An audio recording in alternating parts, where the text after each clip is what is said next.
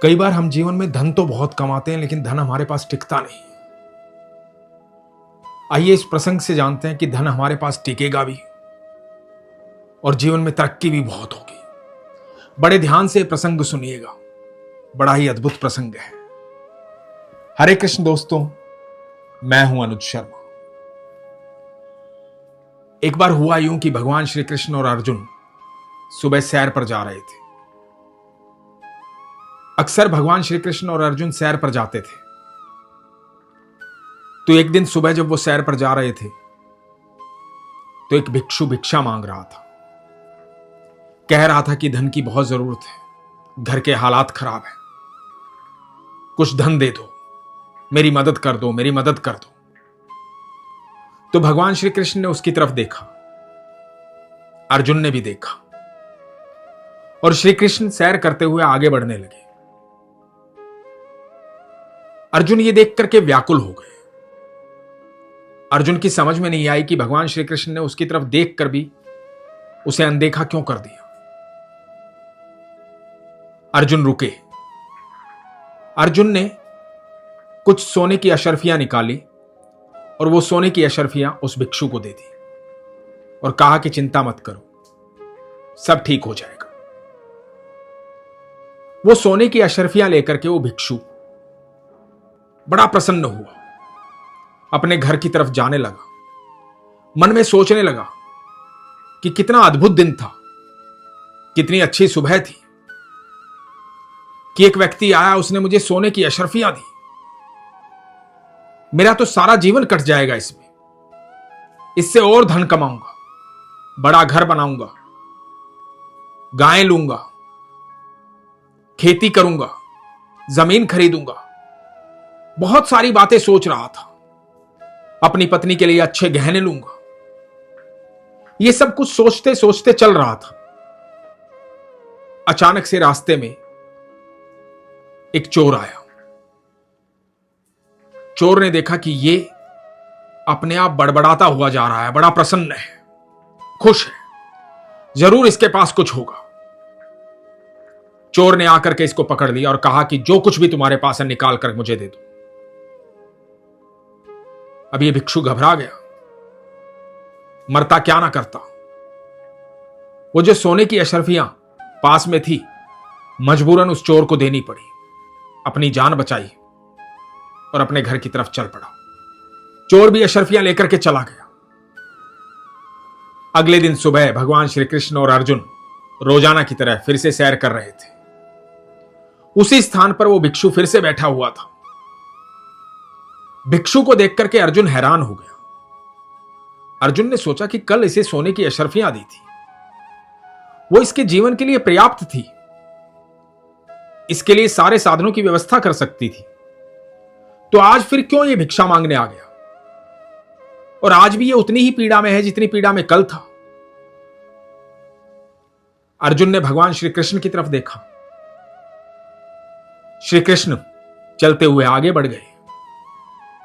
अर्जुन आज भी हैरान था।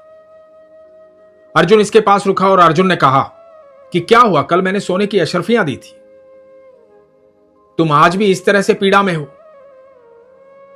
क्या बात हुई? तो इस भिक्षु ने बताया कि कल जब मैं सोने की अशर्फियां लेकर जा रहा था तो रास्ते में चोर मिला।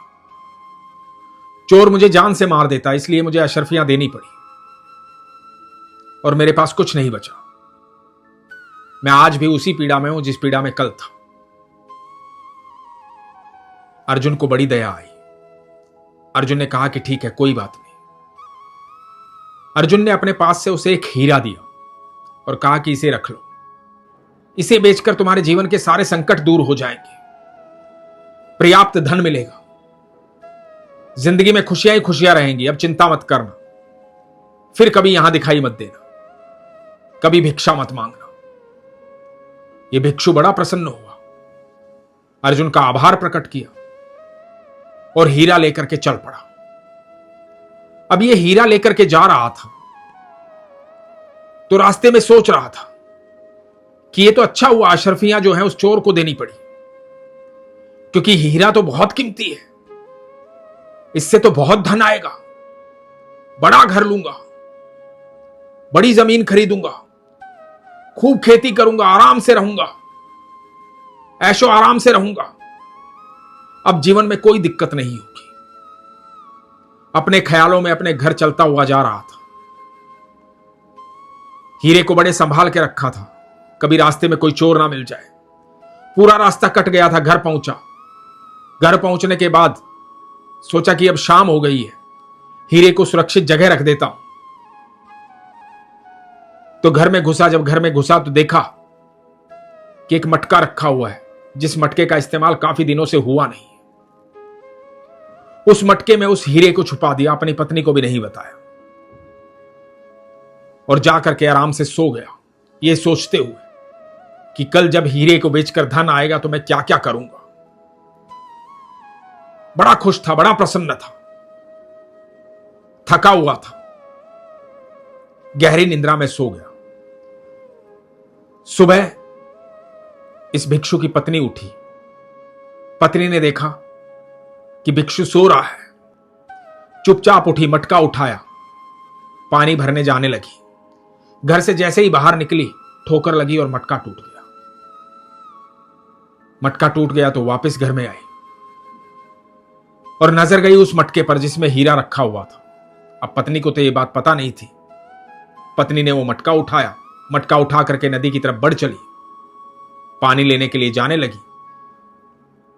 सुबह सुबह का समय था, थोड़ी सी रोशनी थी, थोड़ा सा अंधेरा था। मटके को नदी में डुबोया पानी भरने के लिए।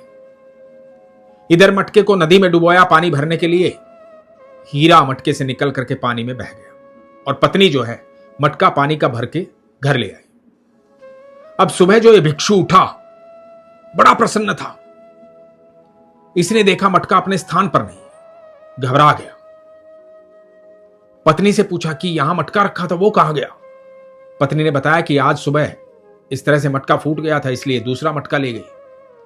यही मटका था तो इसको ले गई थी पानी भरने के लिए, इसमें पानी भरकर लाई हूं। भिक्षु ने जाकर के मटके में देखा, मटके में हीरा नहीं था। भिक्षु समझ गया कि हीरा मेरी किस्मत में ही नहीं था, मेरा नसीब ही बहुत खराब है, मेरे जीवन में खुशियां है ही नहीं। बड़ा दुखी हुआ, परेशान हुआ और फिर निकल पड़ा भिक्षा मांगने के लिए।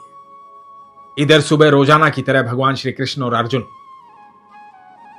अपने महल से सैर पर निकले थे। अर्जुन ने देखा कि आज फिर वही भिक्षु बैठा हुआ है, उतना ही परेशान, उतनी ही पीड़ा में। अर्जुन से रहा नहीं गया। अर्जुन ने भगवान श्री कृष्ण से कहा कि माधव, मैं 2 दिन से देख रहा हूं, मुझे यह भिक्षु दिखाई देता है, आपको भी दिखाई देता है, लेकिन आप सैर करते हुए आगे बढ़ जाते हैं, मैं इसकी मदद के लिए रुक जाता हूं। मैंने इसकी परसों भी मदद की, कल भी मदद की, लेकिन ये आज भी यहीं बैठा हुआ है। ये आज यहां क्यों बैठा हुआ है? ऐसे कौन से इसने कर्म किए कि इसको बार बार यहां आकर के बैठना पड़ता है? मैं इसके जीवन में खुशियां देना चाहता था, मैंने सोने की अशर्फियां दी, कल मैंने हीरा दिया, आज फिर यहां बैठा हुआ है। माधव मुस्कुराए। माधव ने कहा कि चलो आज मैं रुकता हूं और कुछ देता हूं। माधव और अर्जुन उस भिक्षु के पास गए। माधव ने 2 सिक्के निकाले, साधारण सिक्के, उस भिक्षु को दिए। भिक्षु ने वो 2 सिक्के देखे, चेहरे पर उतनी खुशी नहीं आई। माधव और अर्जुन आगे बढ़ चले। भिक्षु ने 2 सिक्के लिए और चल पड़ा अपने घर की तरफ, मायूस होकर के कि आज ना सोने की अशर्फी मिली, ना हीरा मिला, मिले तो साधारण सिक्के, क्या करूंगा इनका। मन परेशान था कि आज का दिन तो बड़ा बेकार निकला। रास्ते में उसने देखा कि एक मछुआरा जो है एक मछली पकड़ कर ला रहा है। मछली बड़ी तड़प रही है। इस भिक्षु को दया आ गई।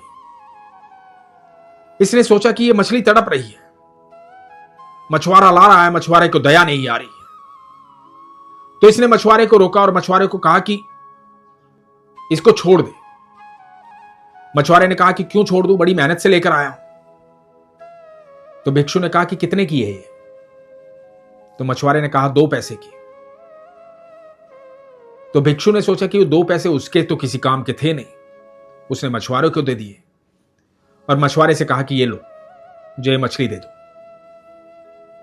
वो 2 पैसे मछुआरे को दिए और मछली ले ली।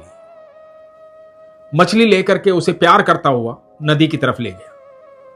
वो तड़प रही थी। मछली को नदी में छोड़ दिया। मन में यही भाव था कि चलो आज मैंने इस मछली की जान बचाई। मेरे तो काम के थे नहीं वो 2 पैसे, लेकिन इसके तो काम आए। देख रहा था कि मछली नदी में कूद कर कितनी खुश थी। मछली ने डुबकी लगाई, मछली फिर बाहर आई। ये भी बड़े प्रेम से उसे देख रहा था। जब मछली दोबारा बाहर आई तो उसने एक हीरा उगल दिया, वही हीरा जो अर्जुन ने भिक्षु को दिया था। इस भिक्षु ने वो हीरा उठाया, बड़ा प्रसन्न हुआ, जोर जोर से चिल्लाने लगा, मिल गया मिल गया मिल गया मिल गया। ये इतना जोर से चिल्ला रहा था कि पास से ही वो चोर जा रहा था। उस चोर ने देखा कि इसने शायद मुझे पहचान लिया है, इसलिए चिल्ला रहा है कि मिल गया मिल गया मिल गया। और आज तो मेरे पास हथियार भी नहीं है, ये लोगों को इकट्ठा कर लेगा, मुझे पकड़ लेगा और मुझे सजा दिलवाएगा। इससे पहले जाकर के मैं इससे क्षमा मांग लेता हूं। चोर भाग करके इसके पास आया, इसके पैरों में गिर गया और कहा कि मुझे क्षमा करना, मुझसे गलती हो गई थी उस दिन, मुझे क्षमा करना, मुझे सजा मत दिलवाना, मुझे बंदी मत बनवाना, ये लो तुम्हारी सोने की अशर्फियां। और चोर ने निकालकर वो सोने की अशर्फियां दे दी। भिक्षु बड़ा हैरान था। हीरा भी मिल गया था, सोने की अशर्फियां भी मिल गई थी। इधर भगवान श्री कृष्ण और अर्जुन ये सब देख रहे थे। तो भगवान श्री कृष्ण अर्जुन की तरफ देख करके मुस्कुराए। अर्जुन ने कहा कि प्रभु मैं आपकी लीला समझा नहीं। तो भगवान श्री कृष्ण ने कहा कि जब तुमने सोने की अशर्फियां दी तो इसने सिर्फ अपने बारे में सोचा, अपने परिवार के बारे में सोचा, इसने अपनी तरक्की के बारे में सोचा, जबकि वो सोने की अशर्फियां इसके लिए बहुत पर्याप्त थी। इसलिए वो सोने की अशर्फियां इससे छिन गई।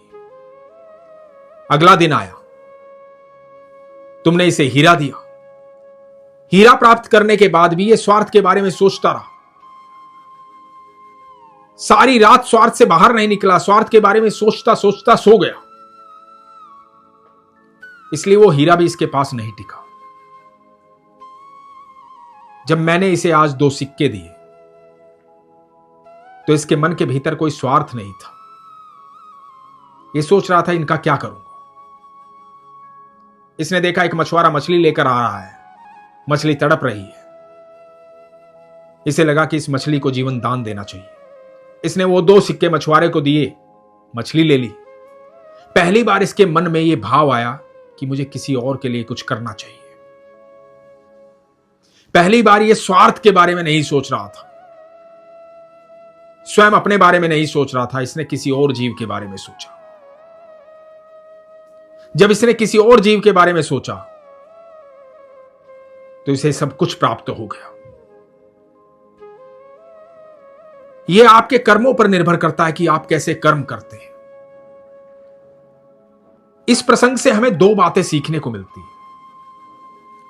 पहली तो ये,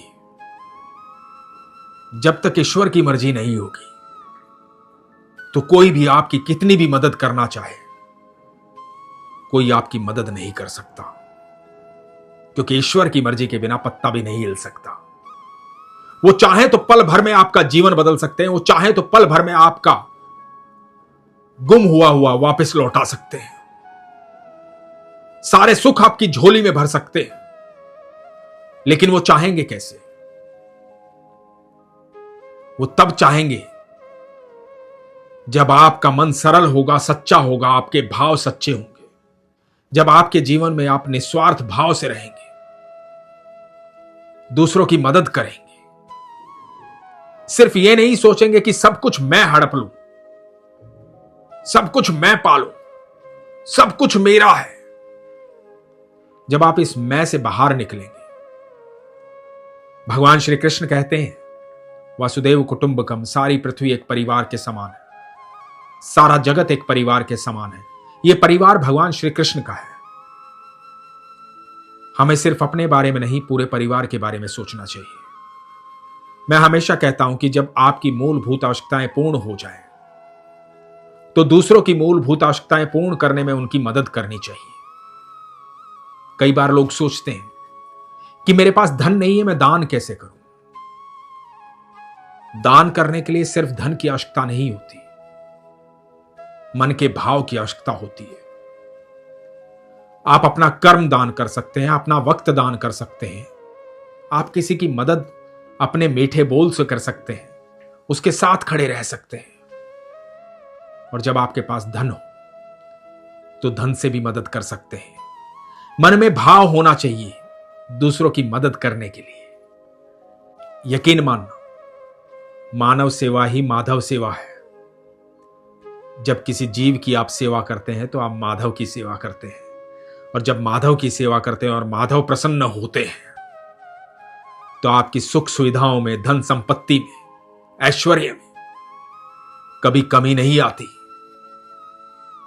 लगातार उन्नति होती है, मन प्रसन्न रहता है, सुख की नींद आती है, सारे संकट दूर हो जाते हैं, हर समय सकारात्मक ऊर्जा रहती है।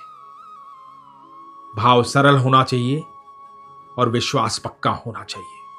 इसलिए हमेशा कहता हूं, अपने विश्वास को मजबूत रखिए, अपना ख्याल रखिए। हरे कृष्ण।